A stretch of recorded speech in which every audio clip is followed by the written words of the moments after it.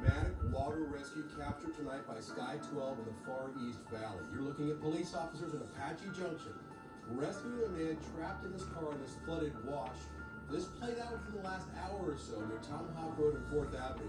And take a look at your screen, towards the right part of your screen now. You can see this SUV is perched. It appears on the side of a small culvert or a drop-off that could be 3 or 4 feet. And you can see the water is up to everybody's thighs. They turn around and slowly walk him back to that bank. Those two officers risking their lives tonight, again, about an hour ago in Apache Junction, to save this man from his SUV. And the SUV never did go down into that ditch, which could have been, again, huge problems. But what a day of weather news we've had today.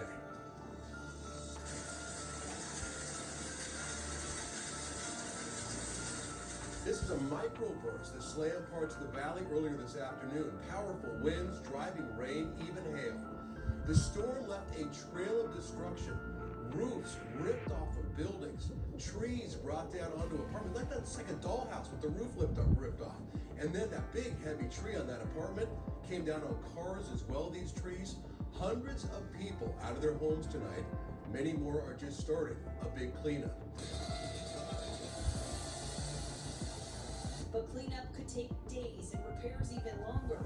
Within just a couple of minutes, it was very destructive. A microburst tore this roof clean off, launching metal debris into several cars and buildings. This is probably the worst I've seen. I've seen plenty of damaged buildings, but as far as something related to weather-wise, this is going to be the worst I've seen. A shock to firefighters and the people who were inside. Roof camp. So you can see kind of an unusual cloud formation for us just after 1 this afternoon. And this is actually looking down towards the Tempe area from downtown. And you can see those dark clouds moving in. That, a column of rain in the back there, and then a kind of a rotation.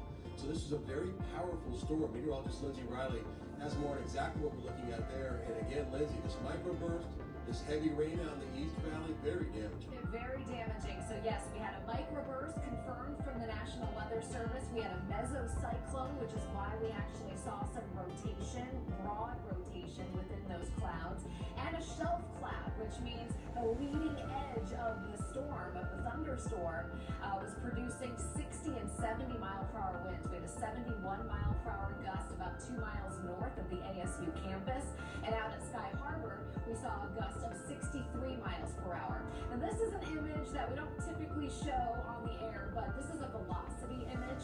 Areas in red, that is air moving toward the radar, or actually away from the radar, and green is toward the radar. And you can see this couplet here, which indicates rotation. So you did see that mesocyclone, that broad rotation as a rotating updraft within the thunderstorm.